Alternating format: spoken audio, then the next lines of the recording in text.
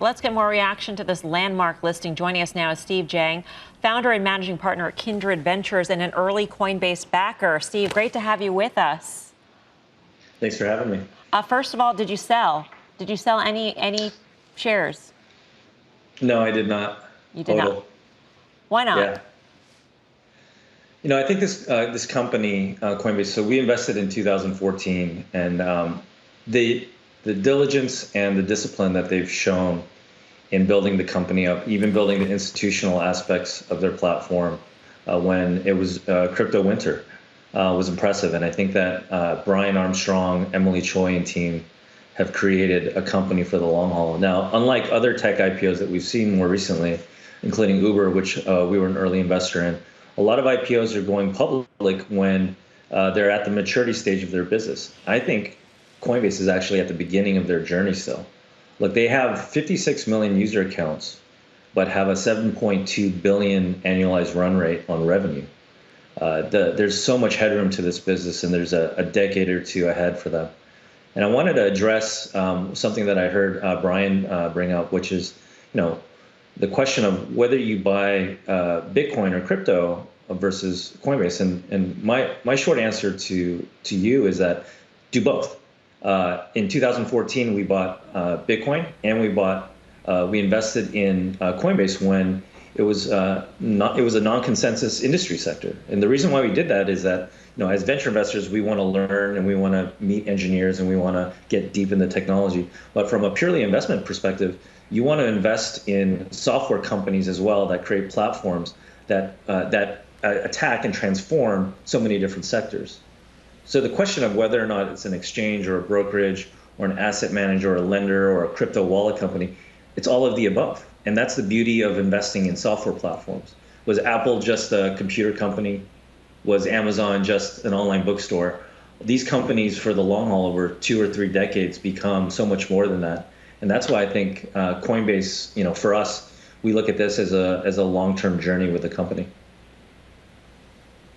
Hey, Steve, does this, this liquidity event, whether it is an event or not, obviously the company did not sell shares and take in cash, but think about all the insiders, or think about a lot of early investors who maybe this caps the end of their journey in this investment. Do you think that there is the opportunity for just a whole host of new innovation in this crypto ecosystem to be unlocked? And if so, where are you looking in particular?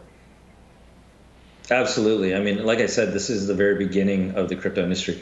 This direct listing, it's monumental for several reasons. One, I think it's the 3rd largest tech public listing ever. I think Alibaba and Facebook are the only 2 larger ones. They didn't raise any new capital with this direct listing. They didn't need to. They're deeply profitable. And so I think one of the things that I'm excited about is this company is going to invest in not just a lot of the investment use cases, but they're going to continue to push forward in enabling other companies and other startups in the sector. We're investors in a bunch of ex-Coinbase employees that have created their own startups in DeFi, in NFTs, in crypto protocols as well. And so there's a spawning of new entrepreneurship and new startup innovation that's happening just out of the Coinbase employee base. And what you're going to see moving forward as people go through the natural cycle of liquidity and leaving off to do their own thing, there are already thousands of crypto startups with really talented people building amazing innovation right now. But imagine over the next 5 years, those people that will come from that Coinbase platform, that learning. And it's been incredible for us to watch as investors to back them, but it'll be incredible for the consumer and the institutional market to see all the products in decentralized finance, NFTs, also in digital gold, right? Bitcoin is digital gold essentially for the investor. There's so many more use cases for Bitcoin that haven't been delved into. Hey, Steve, it's BK. So I'm curious about Coinbase, right? I listed off a whole bunch of different businesses that are in that they need to execute on and grow. From your perspective, watching them grow, which of the sectors, custody, staking, asset management, lending, what's the most promise for them? And what do you think is going to be the kind of their breakout business over the next 2 years?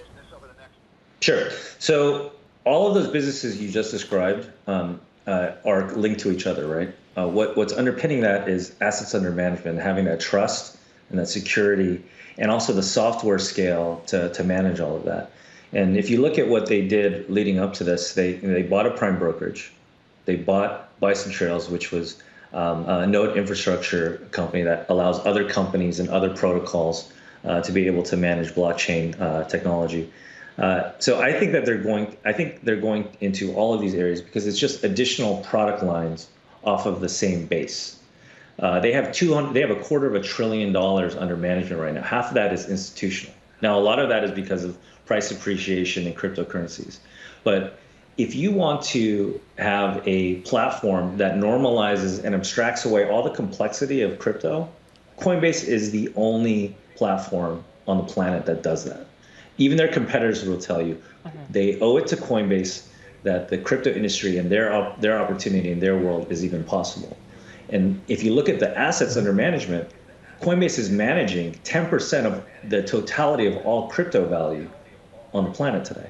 And so this is not only an important company for the industry, but it's also one that's paving the way for the entire industry moving forward. And that's what I'm frankly interested and excited about, is what comes after for the company. Sure. A direct listing by nature is going to be, it's like after a lockup, right? After a 6-month lockup in a classic IPO, there's going to be a lot of up and downs while people are finding diversity and there's a lot of trading. But long term, the long journey, I think, is up and to the right for this company. We're just about out of time, and the producers are going to kill me. But I want to ask you this one last question, Steve, as it relates to Coinbase, the stock. And that, you had mentioned that a lot of the competitors or some similar platforms out there are saying, thanks to Coinbase, you made this all possible, et cetera. I mean, isn't that like what Robinhood would have said, oh, thanks to Fidelity or Schwab for making it possible for us to be here. Robinhood ended up being a disruptor to other similar platforms. It came on the scene from out of nowhere, from not traditional finance. It managed to compress fees very rapidly and really change the way the industry does business. And I wonder if that's a concern at all when it comes to Coinbase. I think it's a different analogy. I think Coinbase, is a software company first. It's a software platform that moves, holds, invests, stakes, lends against crypto, all of these things. It's an API-driven company as well in terms of storage, application development, on-ramping. So what they're doing is they're working with the ecosystem, not sort of in their own silo. And so many of the startups, many of the innovators that would disrupt an incumbent are actually working together independent upon Coinbase. And moving forward, Coinbase has ambitions to embrace the developer community and be a part of that. And so I see it more as like a foundational platform for the industry rather than a silo to be disrupted. I think it'll be a little bit different because they also are investing in a lot of startups. So Coinbase Ventures, which we partner with closely and co-invest with, they're nurturing that ecosystem as well. So I think it's a different mindset in this very special company. Steve, great to get your thoughts. Thank you so much. Thank you for having me. Steve Jang of Kindred Ventures. Tim Seymour, where do you go with that? And now, by the way, I asked that same question to Alexis Ohanian this morning, who is also an early Coinbase investor, a co-founder of Reddit. He had a very similar sort of answer. He had diamond hands, he said, when it came to Coinbase. What do you think?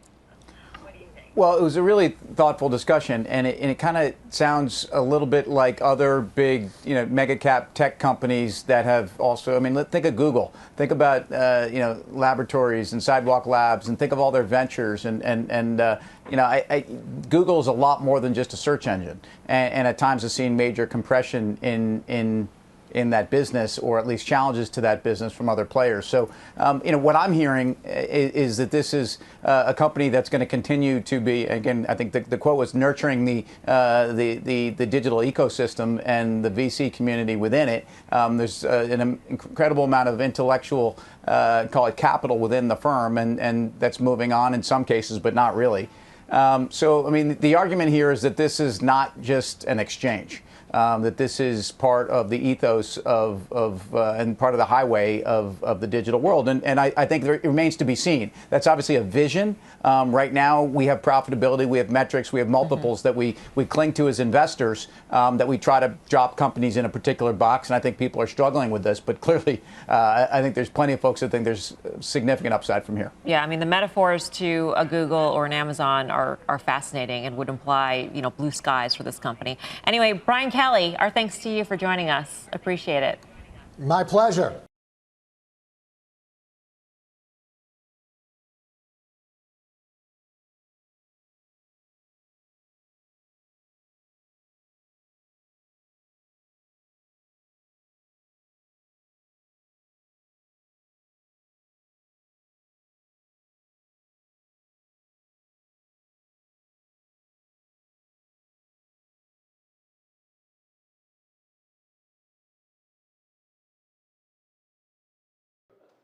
Shepard Smith here. Thanks for watching CNBC on YouTube.